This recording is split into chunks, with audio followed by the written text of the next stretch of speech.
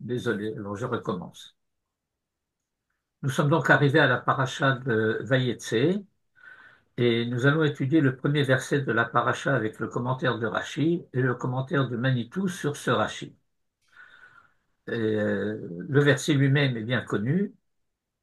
Vayetse Yaakov mi Beershava, Vayelech Harana. Et ce verset vient à la suite de ce qui a été relaté à la fin de la paracha précédente qui comporte en fait trois moments principaux. Un premier moment où Isaac a appelé Jacob et il le bénit et il lui ordonne, tu ne prendras pas femme des filles de Canaan, mais tu iras à Padan Aram prendre femme parmi les filles de Laban, le frère de ta mère. Deuxième moment à cet égard, c'est que Ésaü est tout à fait affolé par le fait qu'il n'a pas reçu de bénédiction. Il demande d'avoir aussi une bénédiction. Et à ce moment-là, il reçoit cette bénédiction très particulière, Al-Harbe Khatirye. Et la Torah dit que Ésaü a conçu une haine violente de Jacob à cause de cette bracha que lui, Ésaü, a reçue, pas à cause du fait que Jacob a eu la bénédiction à sa place, à cause du fait que lui, la bénédiction qu'il a reçue, c'est Al-Kharbecha Tirye. Et il conçoit donc le projet de tuer son frère. Sur quoi Rivka euh, est au courant, probablement prophétiquement, de l'intention de Ésaü, et elle appelle Jacob et lui dit, ton frère euh, envisage de te tuer, donc tu vas fuir pour te mettre à l'abri à Haran, chez mon frère, euh, jusqu'à ce que la colère de ton frère soit apaisée. Et donc nous avons, à partir de ce moment-là, deux destinations qui sont proposées à Jacob. Une qui est celle qui lui est donnée par Isaac, d'aller à Padan Aram. Et puis une deuxième qui est celle qui lui est proposée par sa mère, d'aller à Haran. Autrement dit, ces deux expressions, Aram, Haran et Padan Aram, qui désignent le même endroit, un peu, si vous voulez, au sens de la province, Padan Aram, et Haran, la ville. Mais ces deux expressions vont donc jouer comme des mots codes que lorsque la Torah dit Padan Aram, ça veut dire aller se marier, et lorsqu'elle dit Haran, ça veut dire fuir pour se mettre à l'abri.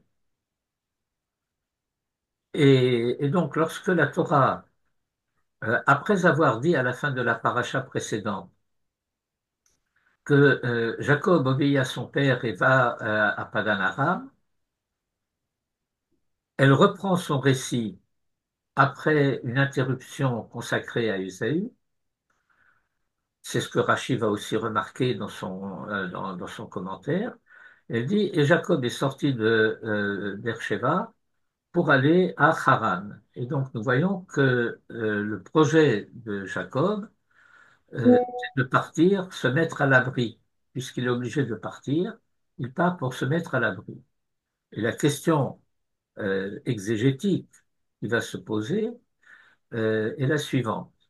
Pour aller à Haran, on est obligé de partir de Beersheba, donc ce n'est pas la peine de le dire. Et pourtant, la Torah le dit. Pourquoi? Hmm. Euh, Ensuite, deuxième question, Si on veut déjà dire que il va à Haran en partant de Beersheba, eh bien, il y a une tournure que la Torah utilise de préférence, qui est Vayelech, et non pas seulement, ou pas du tout, Vayetse. Et la Torah aurait pu dire simplement, et ça aurait été plus bref, et donc, d'après le principe d'économie du texte de la Torah, c'est ce qui aurait dû être dit, s'il n'y a pas une raison autre qui intervient. euh, Vayelech Yaakov mi Beersheva Haran. Oui, c'est clair jusque-là, tout ça? Mhm.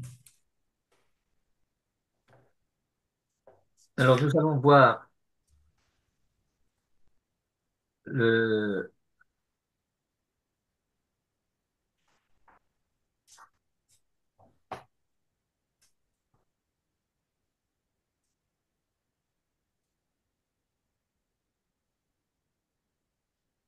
alors,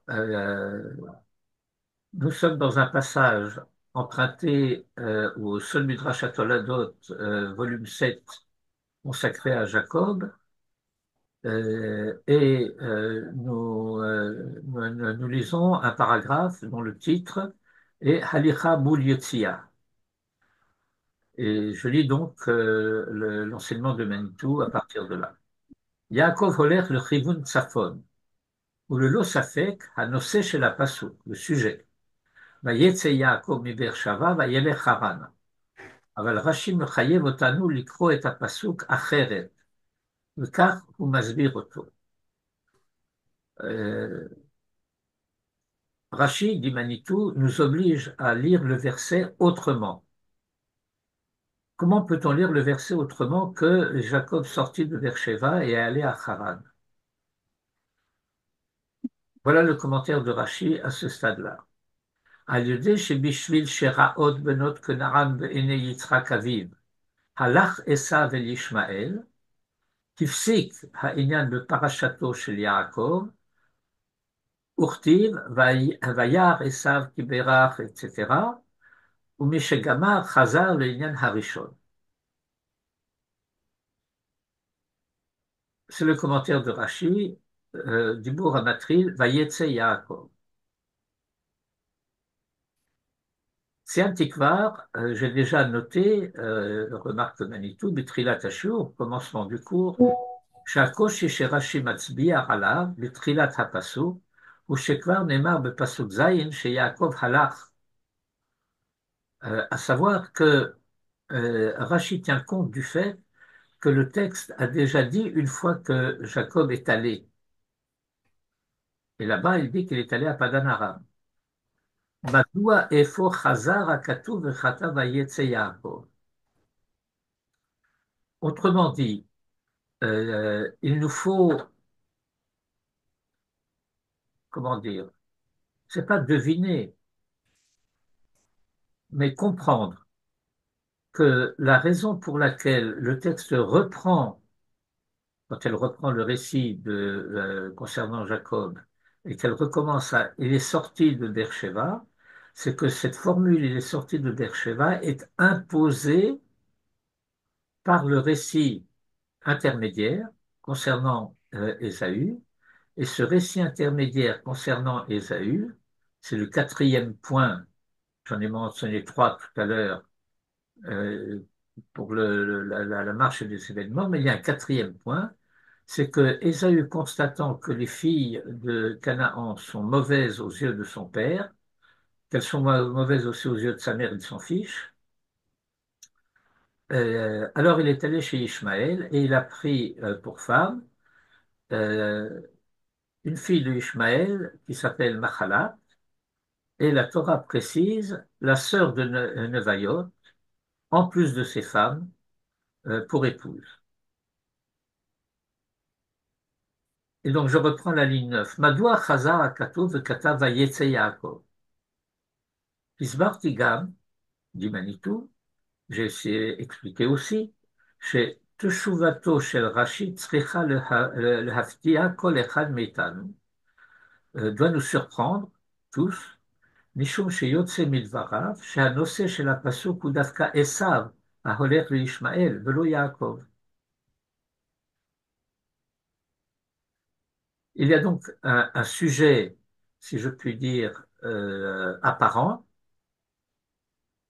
dans une syntaxe où le sujet et le verbe sont Jacob est sorti de Beersheba, mais sous-jacent à ce point-là, il y a un autre sujet qui est Ésaü, qui est allé chez Ishmaël.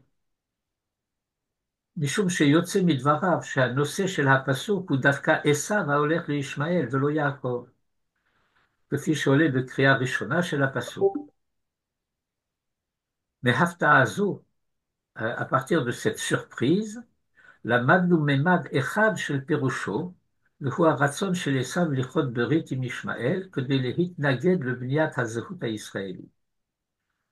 Autrement dit, Manitou met en évidence le fait que lorsque Ésaü va prendre femme chez Ishmaël, il veut d'une certaine manière contrecarrer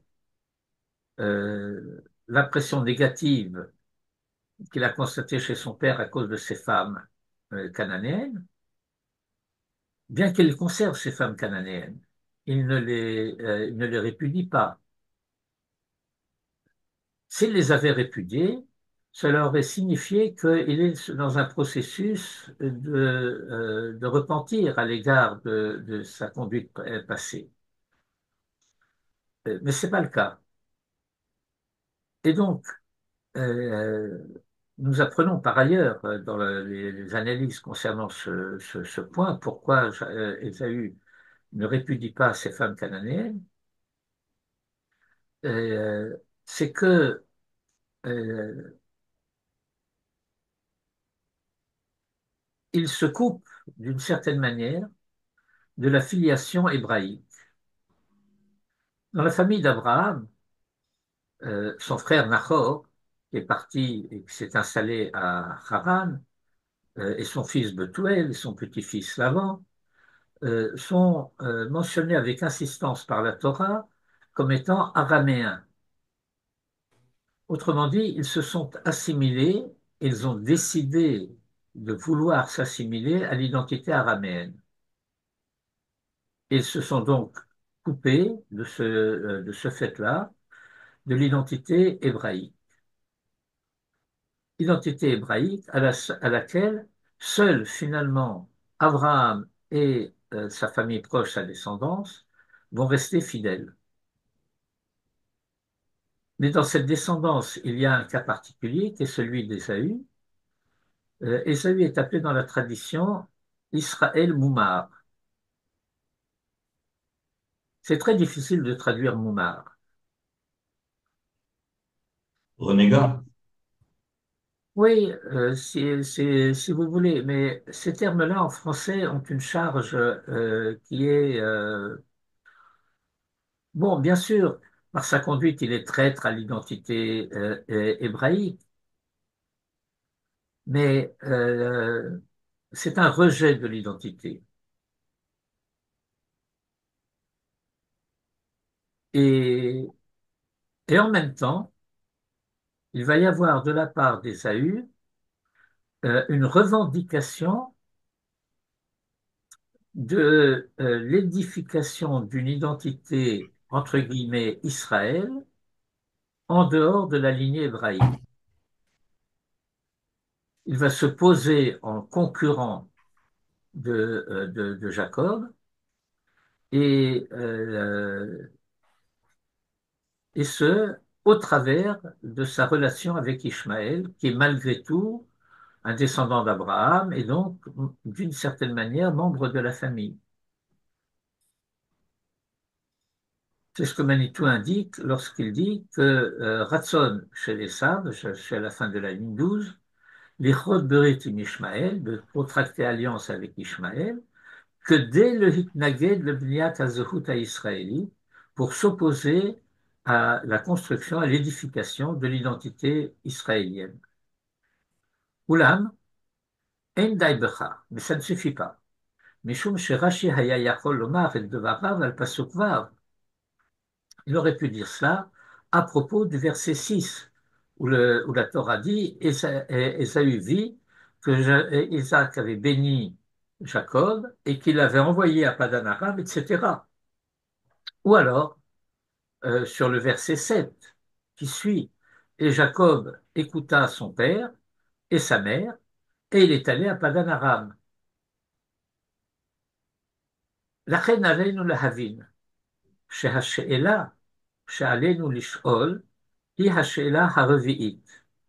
Et donc, nous devons comprendre que la question que nous devons poser, c'est précisément la question numéro 4 que Manitou a posée au début du cours, et qui est en comparaison des deux versets, il est allé à Padan Aram et il est sorti de Beersheba, Ma ahevdel ben Yitzia le halicha.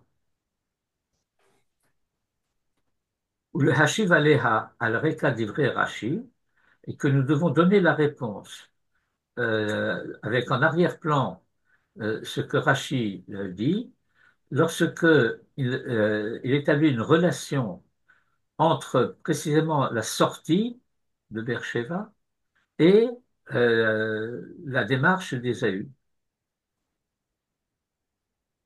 La problématique est suffisamment claire.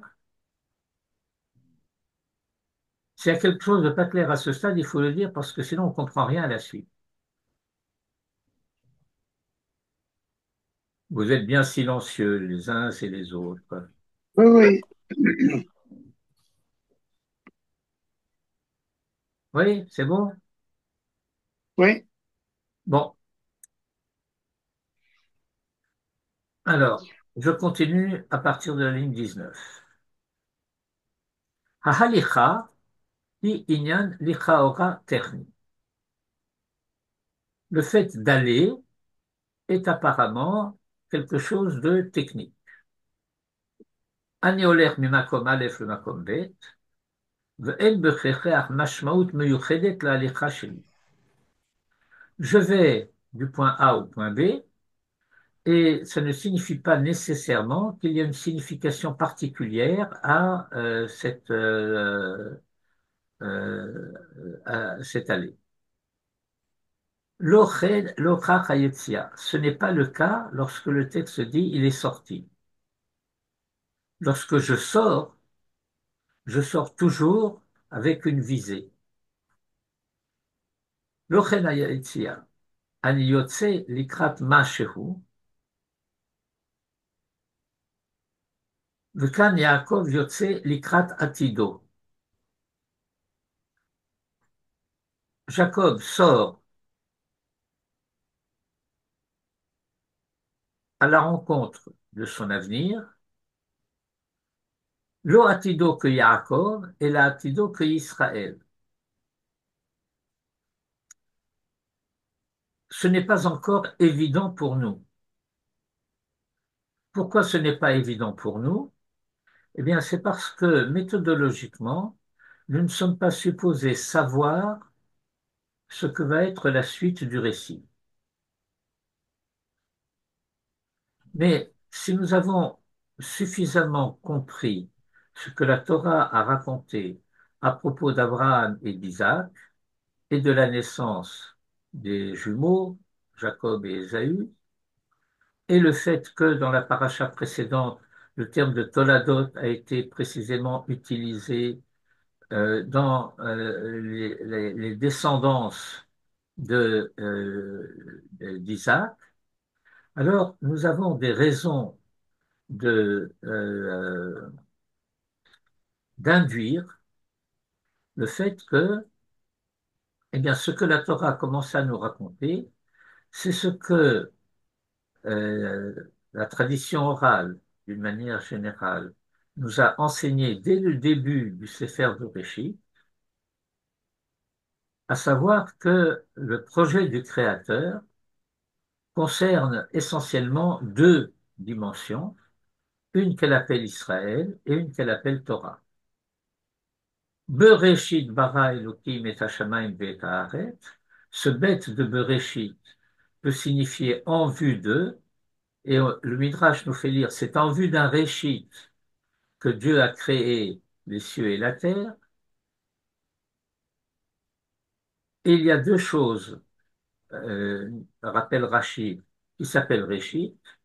Ven Réshit et la Israël, Ven Réshit et la Torah. Et à partir de là, nous pouvons comprendre que c'est cela qui est en quelque sorte présent, mais caché, dans l'avenir de Jacob.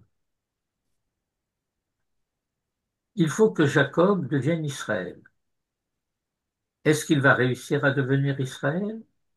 Eh bien, l'avenir le dira. Mais en même temps, seul Jacob peut devenir Israël.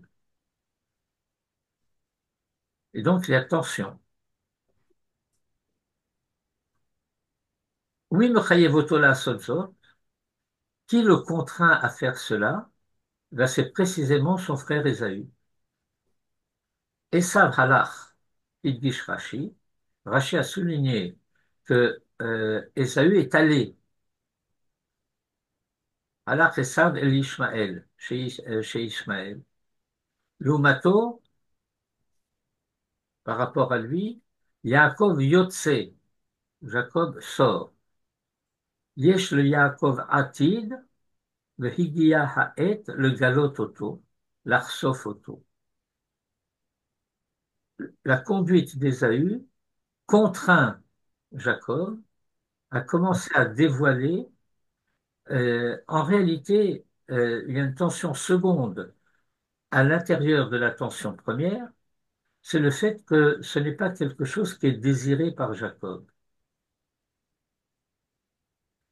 De la même manière que sa mère lui a imposé de prendre les bénédictions qui étaient destinées, semblerait-il, à Ésaü, de même que son père lui impose d'aller prendre femme dans la famille de sa mère à Haran, et de la même manière que sa mère lui impose de fuir la colère d'Ésaü. Alors que Jacob, tout ce qu'il veut, c'est rester dans l'attente à étudier. Mais voilà que la situation, les événements le contraignent les uns après les autres à une conduite qu'il ne désire pas a priori.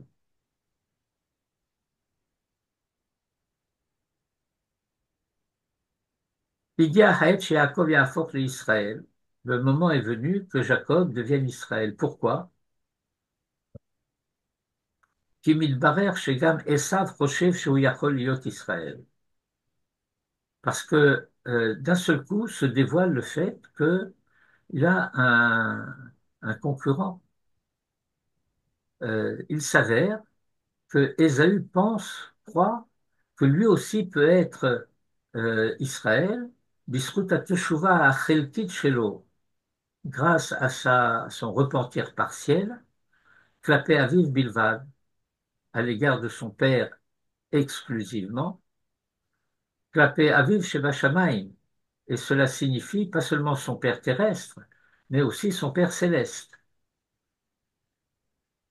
Nous avons un enseignement très clair à ce sujet.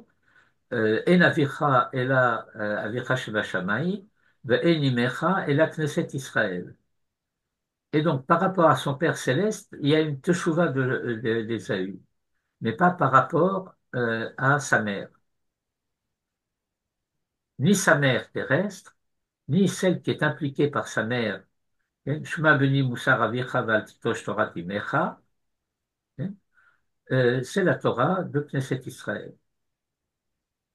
Mashmaout nisuav livnot Ishmael, ses épousailles avec les filles d'Ishmaël, qui gilouy retsono le ha'amid zehut chilufit, la zehut israélite, dévoile son désir de mettre en place une identité, euh, comment dirais-je, de substitution à l'identité israélienne, Haolechet venivne, celle qui est en train de se construire derrière Yitzhak et Yaakov, à travers Isaac et Jacob. Ma hevdel ben zehuyot elu, quelle est la différence entre ces identités? Nous savons, par l'histoire qui a été celle de l'Israël à travers les siècles et les millénaires dont nous sortons, qu'il y a eu dans la descendance précisément édomite d'Ésaü, eh bien, une tentative de mettre en place une identité alternative à l'identité d'Israël, c'est le christianisme, qui va se présenter et qui va réclamer l'identité d'Israël, se prétendre le Vérus Israël, l'Israël véritable, parce que l'Israël selon l'esprit, alors que les Juifs seraient un Israël selon la chair. Et compte tenu du fait que la chair est extrêmement euh, mal conçue, mal vue par le christianisme, c'est péjoratif d'être Israël selon la chair. Alors, quelle est la différence, bibliquement parlant, entre ces deux lignées? Eh bien, les deux lignées sont issues d'Abraham. Mais en réalité, ce n'est pas tout à fait exact, parce que Ishmaël, d'origine, donc factuellement, n'est pas le fils d'Abraham, mais le fils d'Avram et de Hagar l'égyptienne. De l'eau shel Avraham, de Sarah ha-Ivrim, et non d'Abraham et de Sarah hébreux, ou Zehuto, qui beikar mitzrit aramite. Et donc la descendance pardon, l'identité de Ishmaël par Abraham est araméenne et par Hagar elle est égyptienne. צאצאי עשיו דרך נשותיו הכנעניות, גם הם בעלי זהות מורכבת ביותר.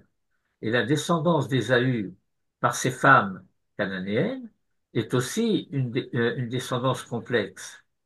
Elle est hébraïque par Esav et cananéenne, hittite, rivite, par les mères. Yeshkan, Irbuv shel Zehuyot. Il y a là un mélange d'identité, de Havanato shel Esav, qui le tachtesh et à particulari shel Bechol Achat Mazuyot Haelu. Et l'intention d'Ésaü, c'est de brouiller le particularisme qui s'attache à chacune de ces identités particulières et de générer une identité nouvelle qui serait, semblerait-il, qui se prétendrait, qui se voudrait universelle.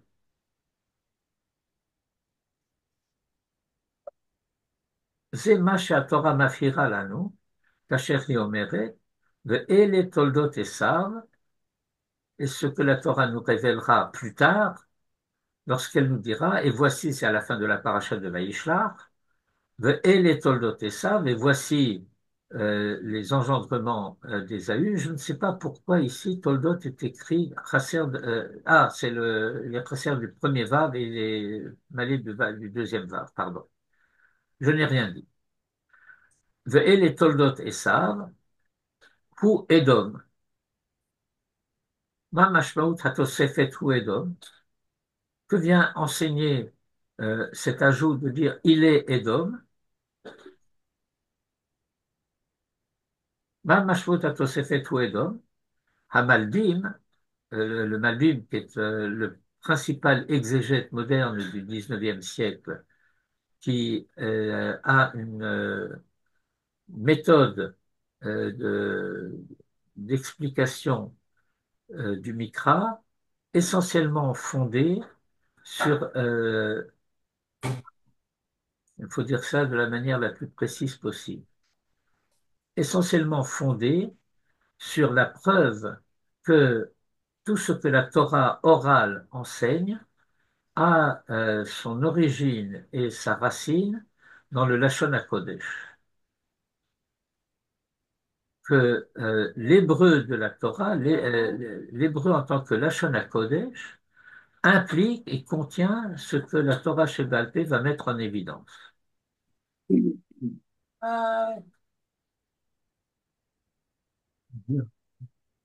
Le Malbim donc explique sur le verset Vayomer Esav el Yaakov Halitenina min ha'adom ha'adom hazeh. Vous vous rappelez lorsque Ésaü est revenu fatigué de ses courses à travers le monde et qu'il a trouvé Jacob en train de préparer un plat de lentilles qui est ce qu'on appelle Soudat Havra'a, le repas qu'on sert aux endeuillés après les funérailles, et qui lui dit Haliteni min ha'adom ha'adom hazeh. Haliteni est un terme de l'hébreu du Lashon HaKodesh qui est fondamentalement utilisé pour la nourriture des chameaux, la manière dont on donne à manger aux chameaux. Euh, de manière très approximative, on dirait, il dit à Jacob, donne-moi à bouffer de ce rouge. Qui ayef anochi, parce que je suis fatigué, pas parce que j'ai faim, parce que je suis fatigué. C'est très curieux toute cette histoire, mais ce n'est pas notre sujet. Mais il faut se rendre compte qu'il y a un problème. Il n'a pas été dit que Ésaü est rentré affamé de sa course, on dit qu'il est rentré fatigué. Et il demande à Jacob de lui donner à manger parce qu'il est fatigué. Et étant donné qu'il a demandé à manger de ce rouge, Alken Kara Shemo Edom. Et c'est pourquoi il a été appelé Edom.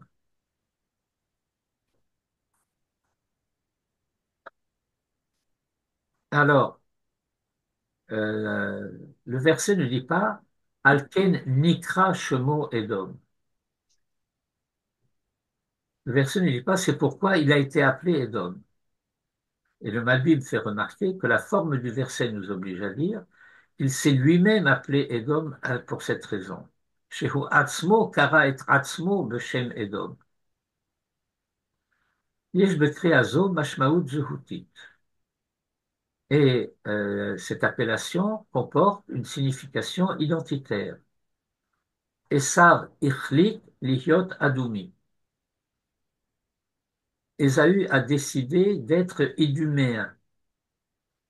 Kolomar, autrement dit, ou Ivri, c'est un hébreu, chez Ichlit le Yased Zehut Radasha, qui a décidé de fonder une nouvelle identité, à Zehut Haadoumi, l'identité iduméenne. Identité iduméenne, Amorkevet Beikar Miblil Shel Zehuyot, qui est combinée, composée fondamentalement d'un mélange d'identités non hébraïques. Et lui veut à partir de là, le Hamid Zehut Khadashazo, Moula Zehut Haïvrit Haïsraël, en concurrence avec l'identité hébraïque israélienne. Pour Rotse le Hamid Zehut Universalit Kaviachol, il a une prétention à établir une identité prétendument, soi-disant, universelle, Zehut Shenak Shura le Shum Zehut anthropologique Miyuchedet, mais qui n'est relié à aucune identité anthropologique, c'est-à-dire aucune identité réelle, concrète. C'est une identité virtuelle. Et ceci en opposition moule à Zehuta particularit kaviakol shel Yaakov, contre l'identité de Jacob qui serait particulière. Alors, vous voyez qu'il y a ici un paradoxe qui cherche à être imposé par Ésaü. L'identité de Jacob en tant qu'hébraïque est véritablement de nature universelle. Mais Ésaü va prétendre que cette identité de Jacob est particulière et que lui va fonder une identité véritablement universelle. Pourquoi? Parce que précisément, elle n'est pas anthropologique. Elle serait donc transcendante à la réalité concrète, alors que la réalité concrète contraindrait cette identité à être particulière, puisque fondée dans la réalité. Ça ne peut pas ne pas nous rappeler, si on la connaît, l'affirmation de celui qui a été le fondateur du christianisme, c'est-à-dire Paul, lorsqu'il dit que dorénavant, il n'y a plus ni juif ni grec, ni homme ni femme, etc., parce que maintenant c'est l'identité véritable, universelle, etc. Bon. Donc au-delà des identités particulières qui ont vocation à disparaître, il y a l'identité chrétienne, qui est une identité euh, supranationale à prétention universelle, mais en réalité à vocation impérialiste.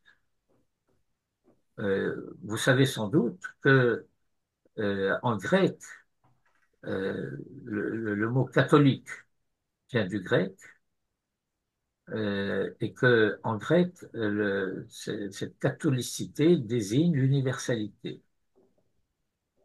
Mais dès qu'on dit catholique et romaine, cela veut dire qu'on prétend que l'identité universelle, elle est romaine, c'est-à-dire que c'est l'impérialisme romain au travers du christianisme qui va vouloir être imposé à l'identité humaine en général.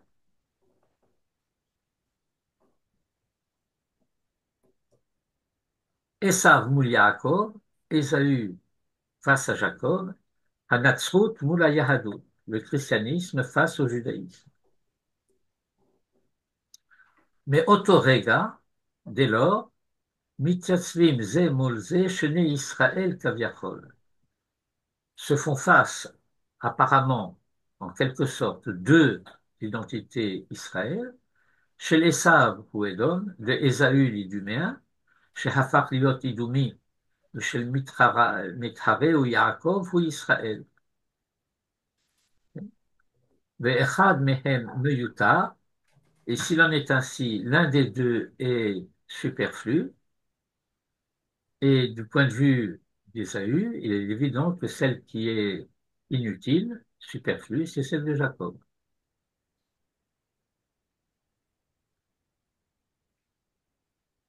À partir de quoi dit Manitou, Bemilim Sfurot, en quelques mots, Bilshono Hameduyeket Kolkar, et dans sa langue si précise, Rashi Machnis Otanu Miyad le Nifre HaHistoria, Rashi nous introduit immédiatement dans les méandres de l'histoire, Shanachnu Chaim, que nous vivons, Merega Hofat Hanatzrut, depuis l'apparition du christianisme, Hatoenet Shehi l'Israël Hamiti, qui prétend être l'Israël authentique, Al-Bamat HaHistoria, sur la scène de l'histoire.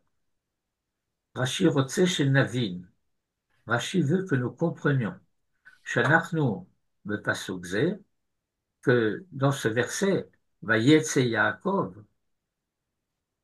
nous situe un croisement de l'histoire, un croisement des chemins de l'histoire, Beshoresh Over Alenu Bemahalach Hagalut, Hamagbila le Yaakov. À savoir que euh, Jacob part en exil à ce moment-là. Et Rachi parle à un peuple juif qui est en exil.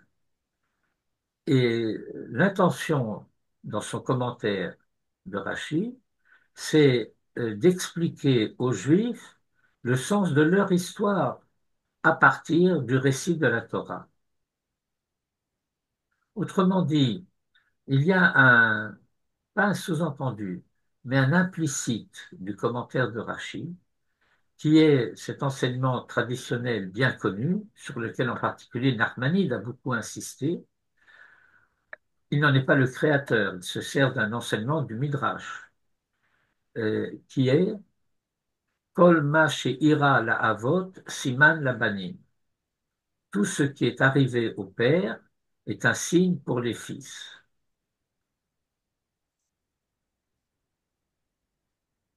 J'ai l'habitude d'expliquer cette formule de la manière suivante. Si tu dis que tout ce qui est arrivé au père est signe pour les fils, ça veut dire que la Torah ne raconte de ce qui est arrivé au père que ce qui est signe pour les fils. C'est clair ce que je viens de dire? Non.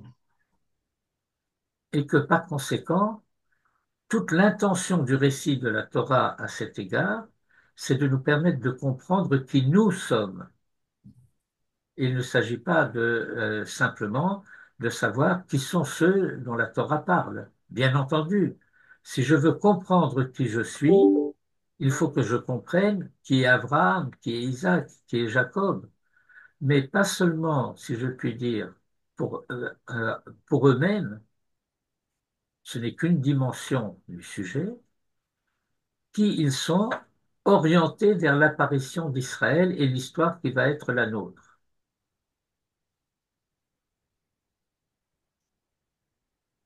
ויצא יעקב עומדים בצומת של ההיסטוריה בשורש העובר עלינו במהלך הגלות המקבילה ליעקב. טענתו של עשיו הוא אדום, la réclamation d'Ésaü qui est Édom מחייבת את יעקב דווקא לגלות מיהו באמת, oblige Jacob à dévoiler qui il est vraiment, en vérité, comme on dirait, je vous le dis en vérité. Le galot chez Hu Israël, que c'est lui qui est Israël, chez Hu derech Tzetza'av, Israël, que ce n'est que lui, au travers de sa descendance, qui est Israël. Achidush ha'ole midivrei Rashi. Vous voyez la manière dont Manitou dévoile la profondeur du commentaire de Rashi. Tout cela est présent dans le commentaire de Rashi en quelques mots, bemilim sfurot, à condition d'en avoir compris les applications. Achidush ha'ole midivrei Rashi, mahuti ve'amok beyoter. Le renouvellement de sens de ce que Rashi enseigne est plein de significations, profond et plein de significations. מי שכופה על יעקב את ההבנה שהגיעה העת לגלות שהוא יכול לבד להיות ישראל, la compréhension du fait que le temps est arrivé de dévoiler que lui seul peut devenir Israël, c'est précisément Esav. Zeu chidush atzum, c'est un chidouche extraordinaire, fantastique. הדגש בדבריו הוא שהחלטתו של עשיו להתחתן עם בנות ישמעאל, le, le point d'insistance dans l'enseignement de Rashi, c'est que la décision d'Ésaü de se marier avec les filles d'Ishmaël, Nishara begeder shel alicha bilvad, n'est restée que dans la dimension du projet, de l'aller, alicha bilvad. Ilo begeder shel yetzia, elle ne se définit pas comme une sortie. Encore une fois, Manitou explique qu'un aller n'a pas de signification nécessaire. Mais lorsque je sors toujours pour aller quelque part. C'est-à-dire que, à l'inverse de notre raisonnement de tout à l'heure, que si je veux aller à Haran, je suis obligé de sortir de Beersheba, je n'ai donc pas besoin de le dire. Il faut comprendre que si le texte l'a dit, c'est qu'elle vient indiquer le fait que cette sortie vise un projet. Vayetze Yaakov mi Beersheba, vayelech Harana, pour aller à Haran.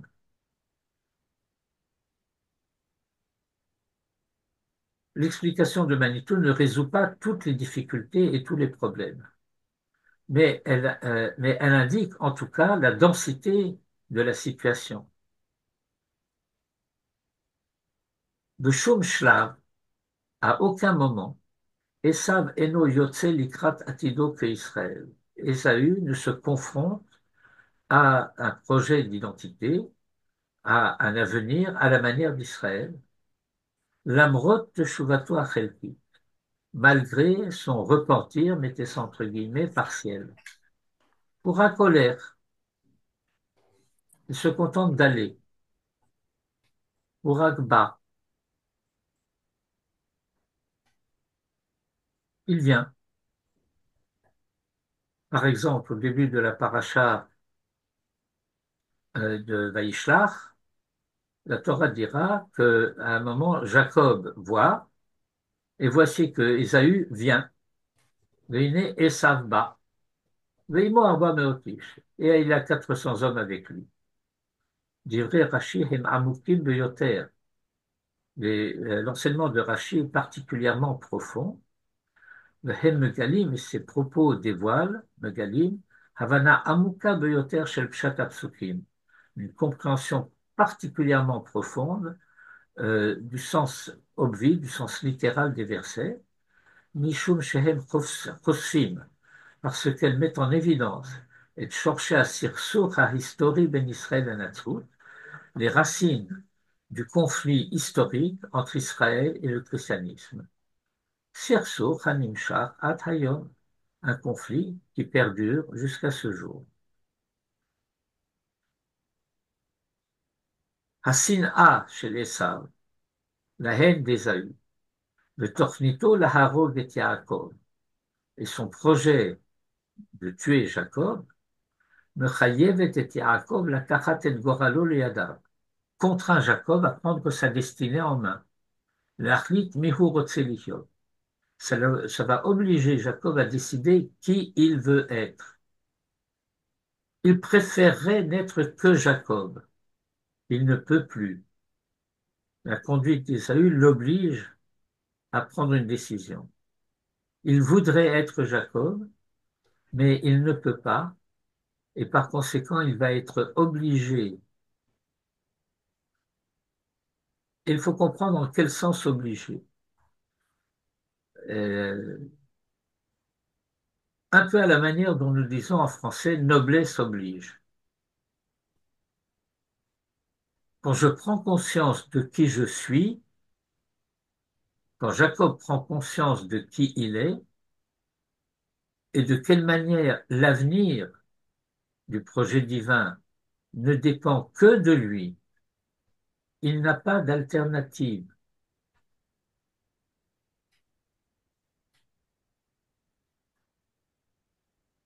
Lui seul peut devenir Israël.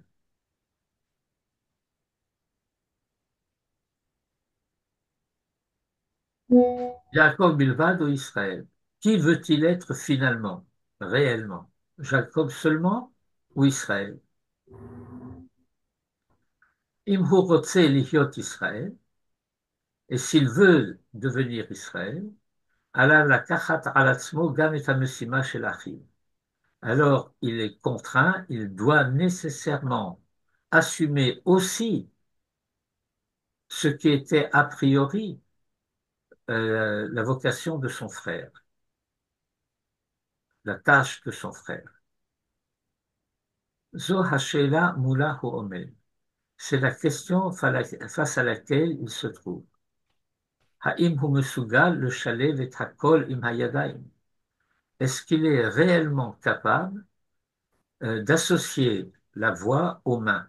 Vous vous rappelez le verset de Yitzhak, Hakol kol Yaakov, v'hayadayim yodei Esav.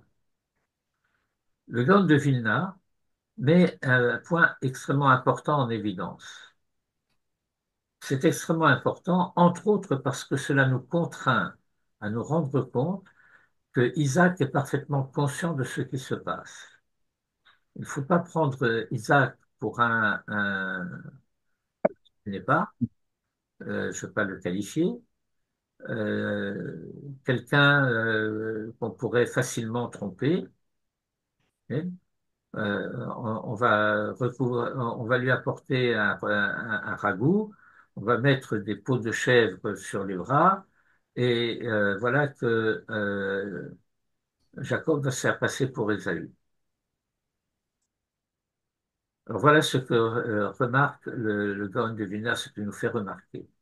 Dans le verset Hakol Kol Yaakov, V'hayadayim Yodei Esav, le premier Kol est écrit sans vav, et Kuf Lamed. Et le Gaon de Vilna nous fait lire, voilà ce que Isaac dit à Jacob, c'est une mise en garde. Hekel Kol Yaakov, V'hayadayim Yodei Esav. Tu veux prendre en charge les mains d'Ésaü, mais si la voix de Jacob faiblit, alors il ne reste que les mains d'Ésaü. Hekel Kol Yaakov, Azayadayim Yodei Esav. Et donc se pose la question, est-ce que tu es capable de garder la pleine puissance de ta voix, de ton identité Jacob, et d'y associer l'identité des mains d'Ésaü, prendre en charge l'histoire, on a l'habitude de dire spirituelle, on n'aime pas tellement dire cela comme ça, et l'histoire matérielle. Est-ce que tu es prêt à prendre en charge ce qui est nécessaire pour aller au monde à venir, au monde qui vient, en même temps que de t'occuper de ce qu'il faut faire dans ce monde-ci?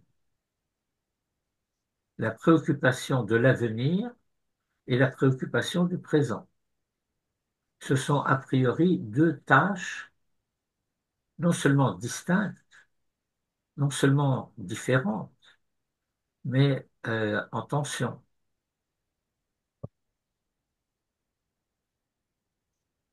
Et Jacob a à se poser cette question, euh, en es-tu, euh, et je vais le dire d'une manière un peu particulière, es-tu suffisamment conscient d'en être capable? Tu en es capable. Comment nous savons que tu en es capable? La Torah le raconte. Mais il faut que toi-même, tu t'en persuades, parce que c'est le fait d'être conscient de cela qui va te permettre de réussir. Et il faut que tu en sois assuré, parce que si tu as des doutes, si tu as des incertitudes, alors tu risques à chaque fois que tu te trouveras à une croisée de chemin, à ne pas savoir quelle direction prendre. Bon, c'était l'essentiel de ce que je voulais rappeler de l'enseignement de Manitou à propos de notre verset. L'analyse de Manitou continue, elle se poursuit, en indiquant le fait que la sortie, c'est pas seulement la sortie de Beersheba, c'est aussi la sortie du déterminisme.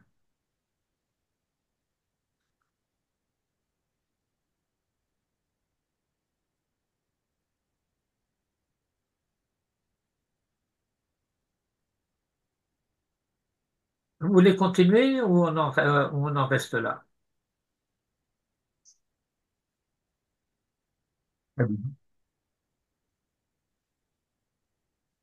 Moi, j'ai encore au moins 45 minutes devant moi avant d'aller chercher les enfants à l'école. Kadima. Kadima. Kadima. Je vais rajouter encore un point particulièrement important du Manitou.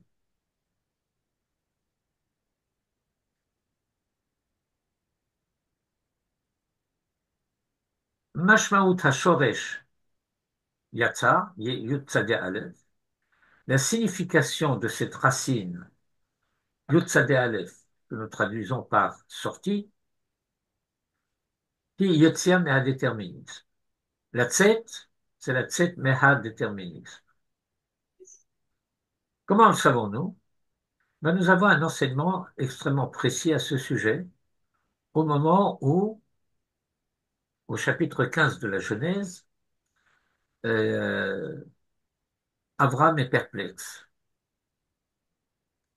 Il est perplexe parce qu'il vient de remporter une éclatante victoire sur les rois de l'Est qui avaient pris Lot et toute la population et tous les avoirs, tous les biens de Sodome. Et Abraham l'ayant appris, euh, a ramassé, a pris son monde avec lui, il les a poursuivis, il les a battus à plate couture. Il y a eu une rencontre au sommet chez Melchizedek, avec Melchizedek et le roi de Sodome. Tout cela, la Torah l'a raconté, je ne reviens pas dessus. Et puis, à la suite de cela, la Torah nous dit, à la suite de ces événements, de ces propos, euh, Dieu apparaît dans les visions de la nuit à Abraham et lui dit, ne crains rien, Abraham, ton salaire est très grand. Tu n'as rien perdu de tes mérites. Euh, Ils n'ont pas épongé ta victoire miraculeuse, n'a pas épongé les mérites que tu croyais pouvoir avoir et que tu restes maintenant dénudé de ces mérites. Si la Torah le dit, c'est qu'elle sous-entend que Abraham avait des doutes et elle vient de le rassurer. Et à ce moment-là, Abraham va répondre d'une manière invraisemblable. Pourquoi c'est une manière invraisemblable? C'est parce que c'est une réponse d'une profonde et poignante tristesse, mais en même temps euh, d'une insolence extraordinaire. Il s'adresse à Dieu et lui dit, tu me promets des choses, mais que peux-tu me donner? Puisque je n'ai pas d'enfant, tu ne peux rien me donner. Pourquoi tu ne peux rien me donner si je n'ai pas d'enfant? Parce que ce que tu me donnerais ne restera pas à moi. Ça va sortir ailleurs, ça va aller ailleurs. Ben Meshik, Ben Meshel Beti Yoreshoti. J'ai un serviteur fidèle. On dirait aujourd'hui un factotum. Enfin, on aurait dit hier un factotum. Aujourd'hui, on ne sait plus utiliser ces mots-là. La culture n'est plus là. Et, et Abraham a raison. Alors à ce moment-là, en préparation à ce que va être le récit suivant avec ce qu'on appelle Brit Ben Betarim, Brit Ben Abetarim,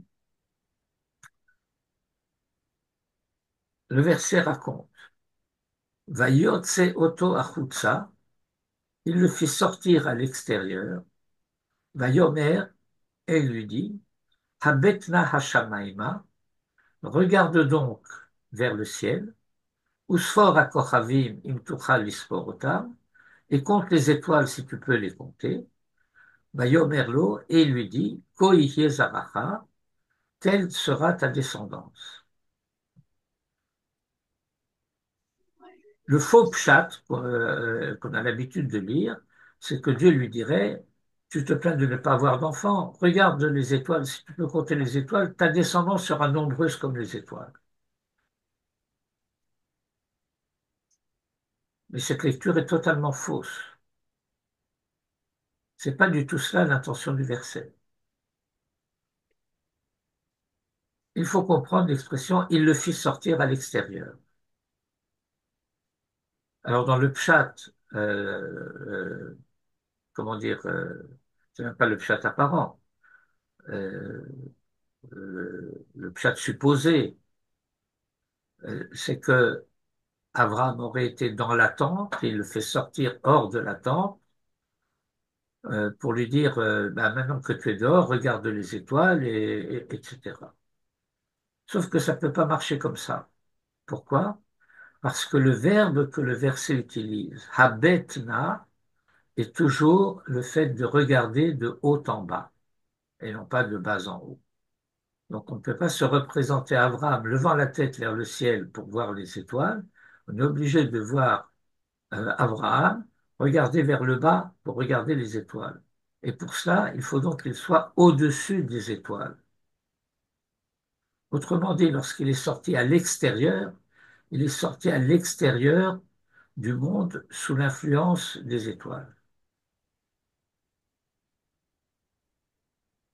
Je me souviens d'avoir appris dans les années 60 que si on va consulter un astrologue sérieux, et ça existe, pas Madame Soleil et les horoscopes du journal du dimanche.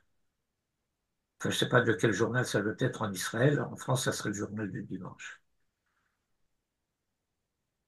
Alors, un astrologue sérieux à qui vous diriez que vous êtes un juif pratiquant les mitzvot, vous dira immédiatement, eh bien alors, l'astrologie ne te concerne pas.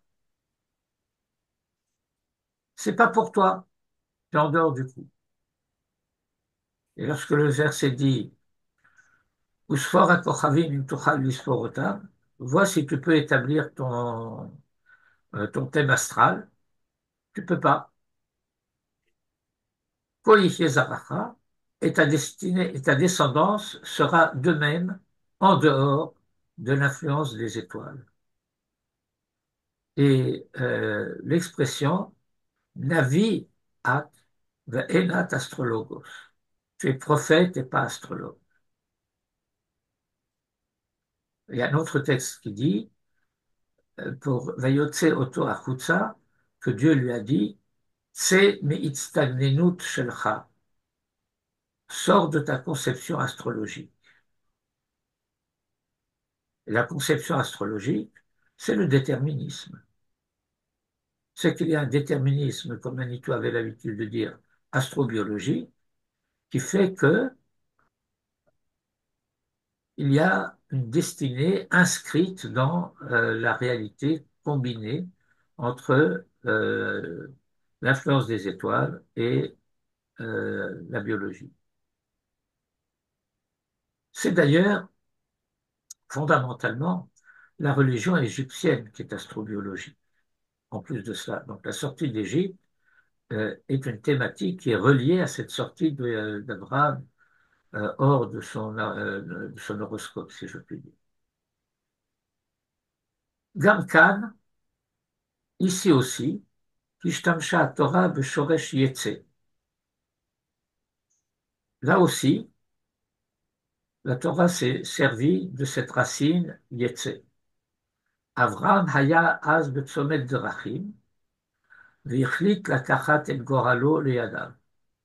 Avraham était aussi à la croisée des chemins et il a décidé de prendre sa destinée en main.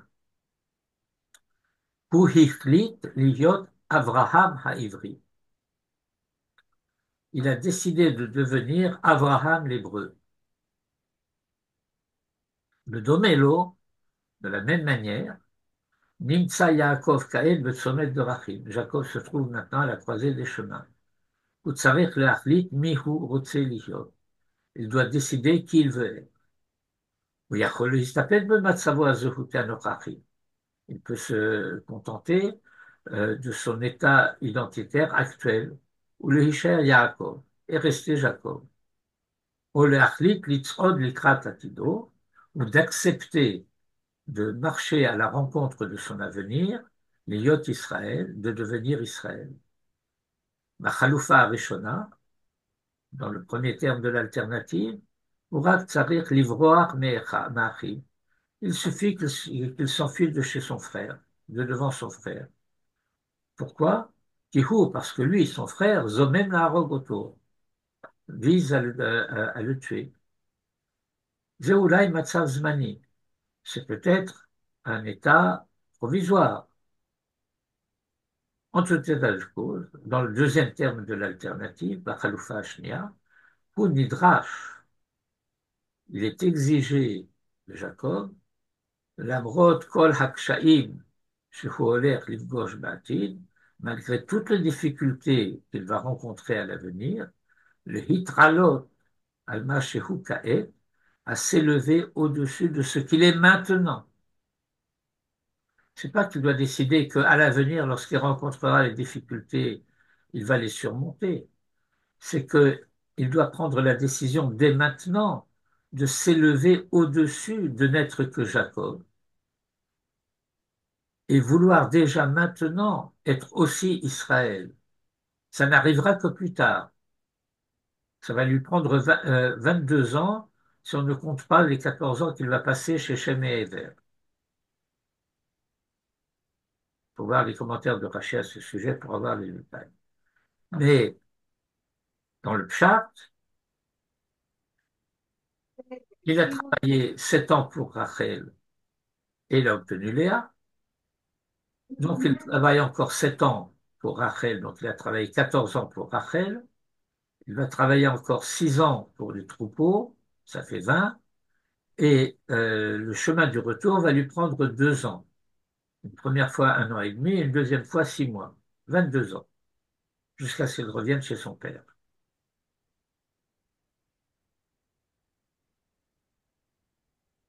Dès à présent,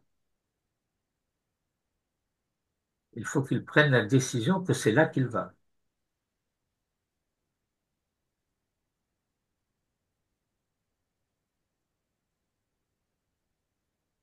האמירה של התורה ויצא יעקב אינה אמירה סתמית. La formule de la Torah, Jacob sorti, n'est pas une formule sans conséquence, neutre. התורה אינה מתעניינת במתן אינפורמציה גיאוגרפית. La Torah n'est pas intéressée à nous donner des informations de nature géographique. היא באה ללמד אותנו מה הייתה ההכרעה הזהותית היסטורית. Elle vient nous enseigner quelle a été la décision identitaire historique, ההכרעה ההיסטוריוסופית של יעקב, la décision historiosophique de Jacob. Ensemble d'expressions qui désignent la vocation que l'on veut assumer ou qu'on veut ne pas assumer, mais que Jacob doit décider maintenant. Et il décide maintenant, que le texte de la Torah nous dit Vayetse Yaakov mi Beersheva, eh bien, elle implique ce fait que la décision a été prise. Puisque sortir, ça veut dire toujours une libération par rapport à un état de fait donné et une libération par rapport à ce que un état de fait donné implique de déterminisme pour l'avenir. Et donc dire Vayetse Yaakov mi Beersheva, ça veut dire qu'il y a une décision dont Jacob est capable à ce moment-là de briser ce déterminisme, de décider de briser ce déterminisme.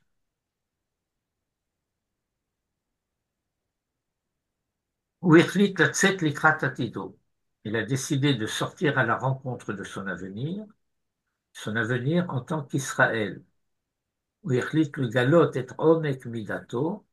Il a décidé de dévoiler la profondeur de son identité. Sa mida ici, ça veut dire son identité. Euh, pour rester très pshat, mais en même temps, je dirais avec une certaine licence de traducteur, étant donné que le terme de mida signifie fondamentalement mesure, eh bien, Jacob a décidé de donner la mesure de qui il est, dans toute son envergure.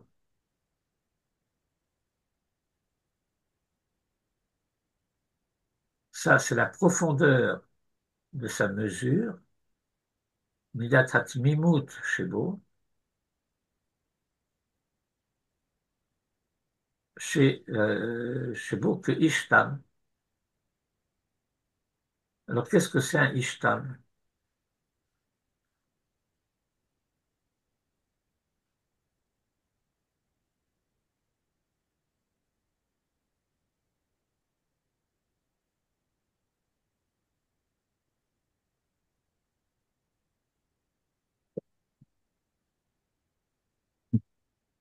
Comment traduiriez-vous tmimut?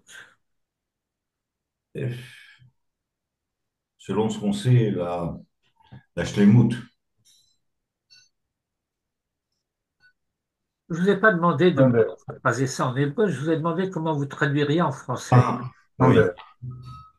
Pardon? J'ai pas entendu. Et comment traduiriez-vous tmimout? Hmm,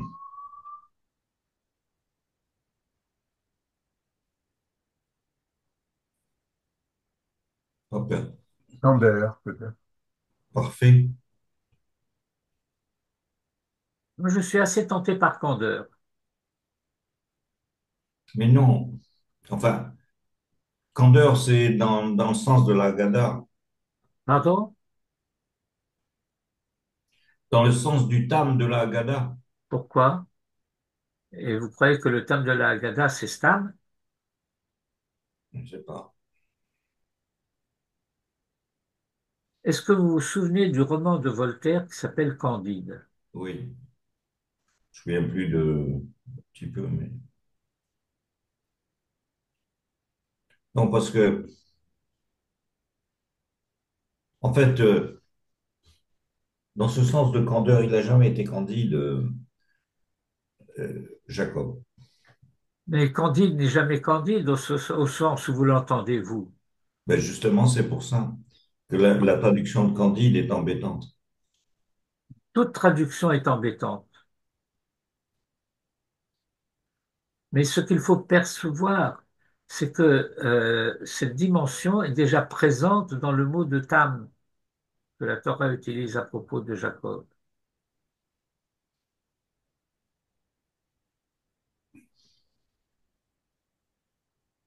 Donc, Qui a donné candidat aussi, en fin de compte. Comment? Candidat, c'est ce qui a donné le mot candidat. Lorsque je suis candidat quelque part, eh bien, je me présente sur mon côté le plus rose possible. ouais. Oui,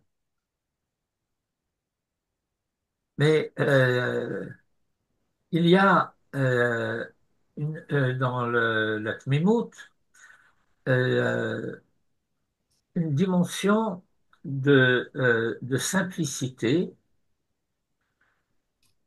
qui se rapporte à un enseignement de la Torah, à une exigence de la Torah, Tamim, Tihyeh Hashem Elokecha.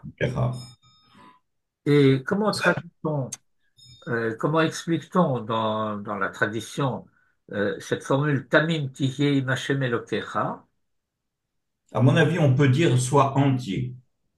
Oui, mais c'est insuffisant.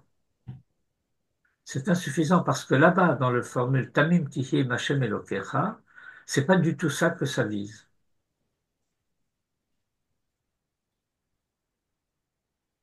Ça ne vise pas une shlemut, une entièreté, une intégrité, etc. Euh, Peut-être intégrité est une bonne traduction. comment? Intégrité serait une bonne traduction. Mais elle est fausse. Elle est fausse en l'occurrence, parce que c'est pas ça que ça vise. Euh,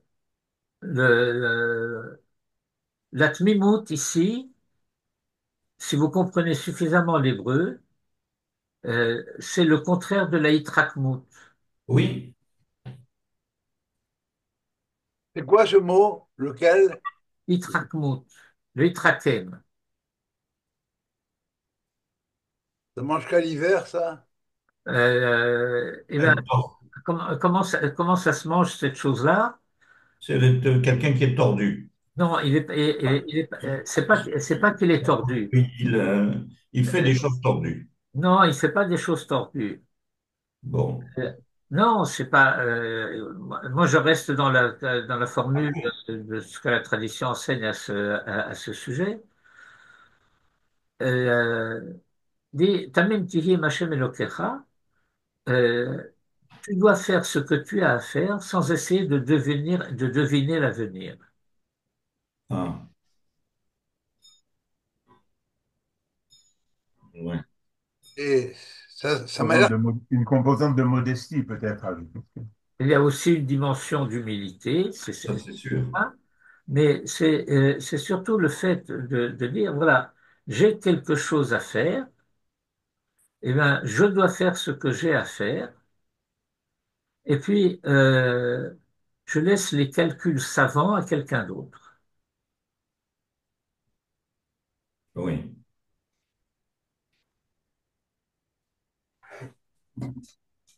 Euh, il y a une science moderne qui se développe déjà depuis quelques dizaines d'années, qui s'appelle la futurologie. Vous avez entendu parler de cela? oui. En hébreu, ça s'appelle Atidanout. Ouais, il y a un professeur en Israël qui est connu. J'ai oublié son nom. Et, et donc, ça se rapporte par un certain côté, à ce verset qui dit Rabot machashavot belevish. Rabot machashavot belevish, eh bien, on va faire toutes sortes de calculs pour décider ce que je vais faire.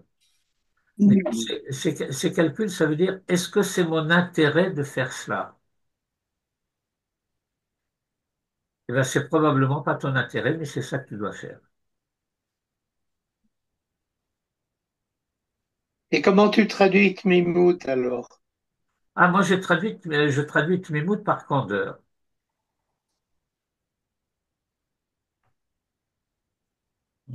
Bon. Par candeur, comment dire, avec l'arrière-pensée, si j'ose dire, du Candide de Voltaire. Ce que tu décris, là, la manière dont je comprends ce que tu as dit, ça me paraît être une des dimensions seulement de la candeur. Il n'y a pas de tarboulotte. Oui, oui, Exactement ça. Il n'y a pas de tarboulotte. c'est très exactement cela. Mais ça veut dire que, du point de vue de la langue, la candeur implique aussi éventuellement une certaine naïveté, mais cette naïveté est totalement absente. Il n'y a pas du tout de naïveté chez Jacob. Il y a une lucidité totale. Son comportement avec son beau-père au sujet des troupeaux, Il etc. y a une lucidité totale. C'est pas de la candeur. Non, non, mais comment c'est pas la candeur? Bon. Il sait, finalement, à un certain moment, quand il prend la décision, il sait se défendre. Il sait ce qu'il veut. Mais bien sûr, mais j'ai pas dit que le fait d'être candide empêchait de savoir se défendre. Bon. Si vous entendez dans la candeur la dimension de la naïveté, alors ce n'est pas de cette candeur-là qu'on parle. Le Candide de Voltaire n'est absolument pas un naïf, c'est un sage. C'est pas pareil.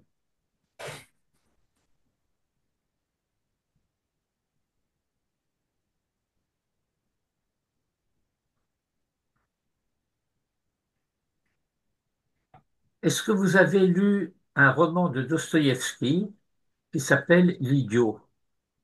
Oui, moi, je l'ai lu, mais il y a tellement longtemps. Eh bien, cet idiot de Dostoïevski, c'est Ah non, le prince Mirkin. oui, Bon, moi aussi, ça fait très longtemps que je l'ai lu. il n'est pas idiot du tout. Mais il n'est pas idiot, en vérité. Non. Mais des gens le croient-ils? Pourquoi pas? Alors, une dimension de son attitude, il dit la vérité. C'est épouvantable. Voilà quelqu'un qui dit la vérité. Hmm. Toujours. Titenemet le Yaakov. Oui. Alors, je ne vais pas traduire Tmemout par idiotie, hein, puisque c'est l'apparence, l'idiot. En réalité, il est âme.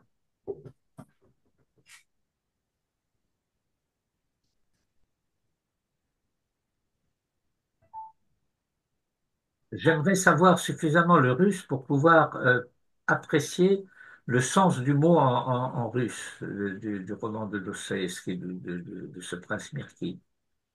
Enfin voilà, donc voilà, euh, ça vous donne en quelque sorte l'enveloppe du sujet. Et donc, sauf Shavuotov, Kodesh Tov et toutes cette sortes de choses. תודה רבה, Ça, ça va. que tout s'arrangera. Est-ce Que que tout s'arrange. tu aurais assez de temps pour nous dire en peu de mots quelque chose sur la sorcellerie de Yaakov?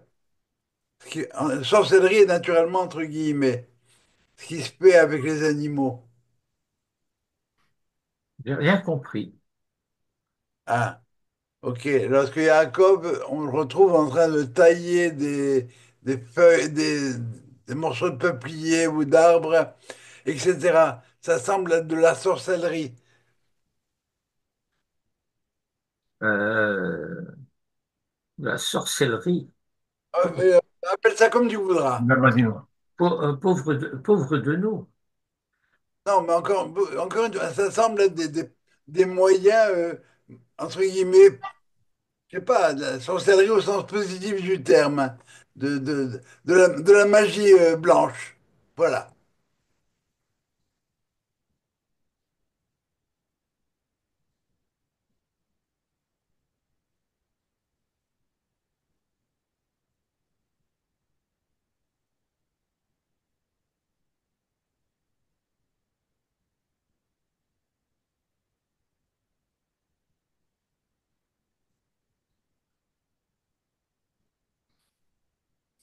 Ben, apparemment, Jacob a un certain nombre de connaissances profondes d'élevage pour l'amélioration de la race ovine.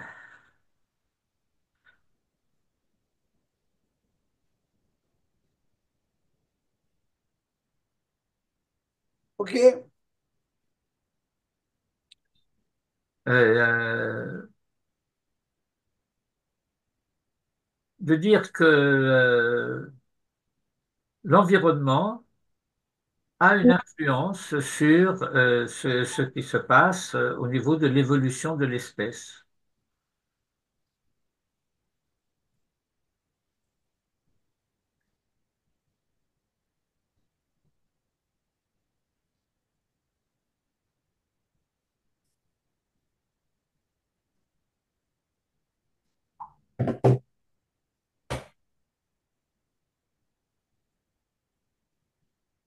Alors moi, je ne suis pas suffisamment, comment dirais-je, informé de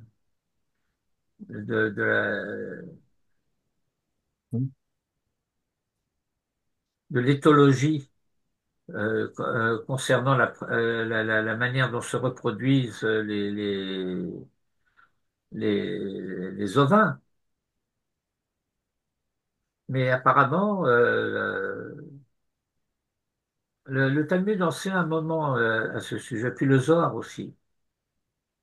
Non, il y a dans le Zohar, les Olam HaKudim, Olam Nekudim, Mouloudim, c'est dans le Zohar, ça. Mais ça veut dire quoi Ah ben ça veut dire quoi?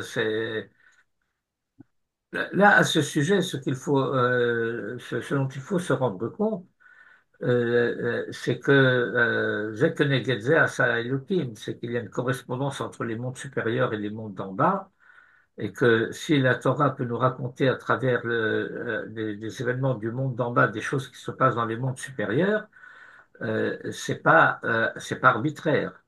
Mm.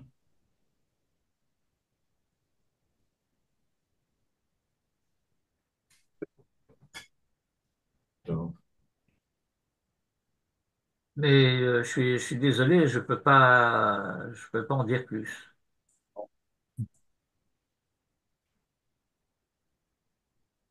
c'est-